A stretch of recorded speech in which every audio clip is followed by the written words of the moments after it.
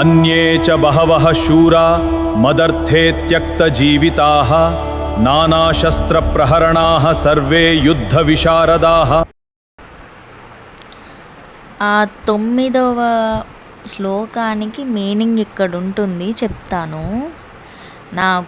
నా కొరకు జీవితాలను త్యాగం చేయడానికి సిద్ధపడి పలు ఇతరుల వీరులు ఉన్నారని, వారందరూ నానా రకాల ఆయుధాలు దాల్చి యుద్ధ నిపుణులై ఉన్నారని నమ్ముతున్నారు. ఎవరు? దుర్యోధనుడు. అంటే దీనికి ఇక్కడ భాష్యము ఉంటుంది.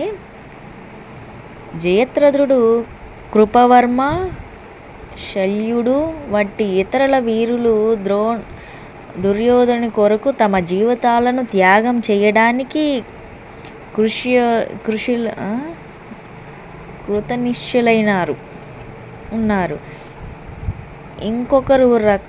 ఇంకో రకంగా చెప్పాలి అంటే, పాపి అయిన దుర్యోధనుని పక్షముకు చేరిన కారణంగా కురుక్షేత్రం రణరంగంలో వారందరూ మరణించగలరని అప్పటికే నిర్ణయించబడింది. కానీ దుర్యోధనుడు మాత్రం పైన చెప్పబడిన సంఘటిత మిత్రశక్తి వలన తమకు తప్పకుండా విజయం లభిస్తుందని ధైర్యంతో ఉన్నాడు. అసలు మనకి దుర్యోధనుడు క్యారెక్టర్ సినిమాలో చూపించినట్టు ఉండదు. ఈ బుక్ చదువుతుంటే అసలు దుర్యోధనుడు ఎలాంటి వాడో అనేది అసలు మామూలుగా ఉండదు. తను చేసే పనులు ఈ యుద్ధంలో.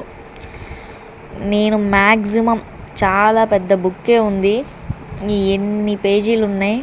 సో అప్పటి వరకు మీరు నన్ను భరిస్తూనే ఉండాలి, తప్పదు. మ్యాక్సిమం నేను ప్రయత్నిస్తాను చెప్పడానికి. మైక్ లేదు కాబట్టి ఫోన్ దగ్గరగా పెట్టి చెప్పాల్సి వస్తుందండి. ఒక్కొక్కసారి సౌండ్ ఎక్కువ అవ్వచ్చు, తక్కువ అవ్వచ్చు. నాకు అంతగా చదవడం రాదు, అయినా సరే నేను నేర్చుకుని మరీ ప్రిపేర్ అయ్యి మరీ చెప్తున్నాను.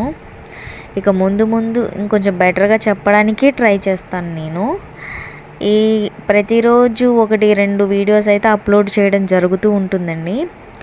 నేను ఇంకొక పని కూడా చేస్తాను. అదేంటి అంటే, కమ్యూనిటీ ఉంది కదా, సో ఏ రోజుకి ఆ రోజు నేను పేజీ ఇలా పిక్ తీసి నేను పెట్టేస్తాను.